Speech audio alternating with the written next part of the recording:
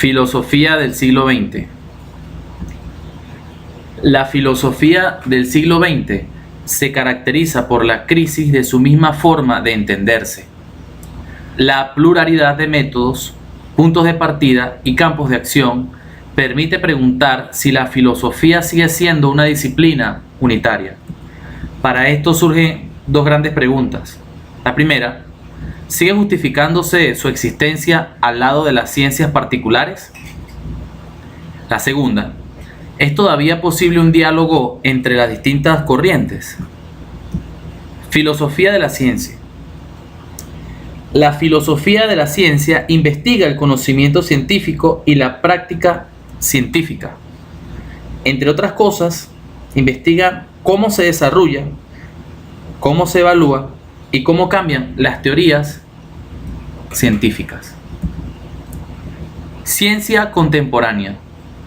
Es un conjunto de conocimientos que se encuentran sistemáticamente estructurados y susceptibles de sus articulados en unos y otros.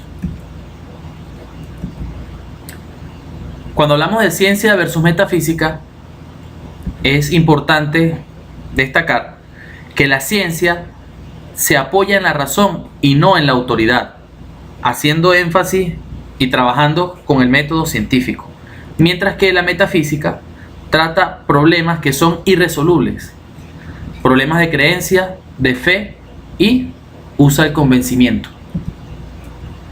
Ciencia y no ciencia. ¿Hay una diferencia entre la ciencia y otras disciplinas? Es obvio que la ciencia ofrece explicaciones que son racionales. La ciencia es objetiva. La ciencia es descriptiva. La ciencia hace predicciones a través de la experimentación. Y la ciencia procede por observación y experimentación. Cosa que no sucede cuando hablamos de cualquier otra cosa que no sea ciencia. Al hablar de filosofía analítica, debemos destacar que esta se refiere a un modo de particular de hacer filosofía que fue desarrollado a principios del siglo XX, a partir de las obras de Bertrand Russell, George Edward Moore y otros miembros del Círculo de Viena. Los principales filósofos de esta corriente, nombrados ya, destacan entonces Bertrand Russell y algunos miembros del Círculo de Viena. Cuando hablamos de la reconstrucción racional de la ciencia, podemos decir que la filosofía del siglo XIX y del siglo XX se apoya en 4 corrientes o escuelas filosóficas. Tenemos entonces al positivismo como una corriente filosófica que afirma que el único conocimiento es el conocimiento científico, el cual surge de distintas teorías a través del método científico.